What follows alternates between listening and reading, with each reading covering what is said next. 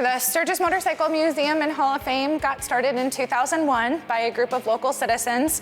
They felt very strongly that we are the hub of the Sturgis Motorcycle Rally and riding all year round outside of the rally, and so it made a lot of sense to preserve the history of motorcycling in the rally right here in Sturgis. And so they bopped around to a couple of different buildings and really got started with a minimal collection of motorcycles from local people, and it's grown from there. The nonprofit museum houses motorcycles of all shapes and sizes, along with biker artwork donning the walls. You can learn about people who've made a significant impact on the sport and lifestyle of motorcycling, along with the history of the Sturgis Rally. In the mid-1930s, there was a guy named Pappy Hoyle who was born and raised in Sturgis, and his family lived up in Van Acker Canyon. They owned an ice business.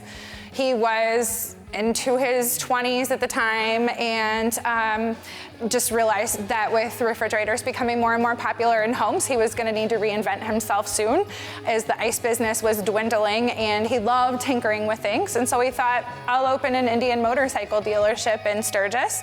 So he conned one of his friends into buying a new Indian motorcycle, which you had to have for demos to be a dealership.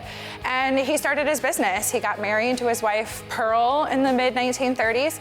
And shortly they realized they weren't selling a lot of parts in our tiny little town of Sturgis. And so they created a plan to invite racers from all across the country to come to Sturgis in August of 1938 for the first ever Sturgis Motorcycle Rally. And so it was really, at the time, all about races. It was everything from road races to drag races to suitcase races. Whatever they could race, they were racing. And so that was Pappy's passion, was to make sure that the races were very safe and that they were sanctioned. And that's how it began. And the first year they had about 15 people, and it grew from there. And so into the 50s and 60s, there was a full-blown parade and a rally queen. And by the 70s, more and more food vendors and music performers were popping up, and so then that led into the T-shirts and all of the other vendors that you saw, huge into the 80s and now.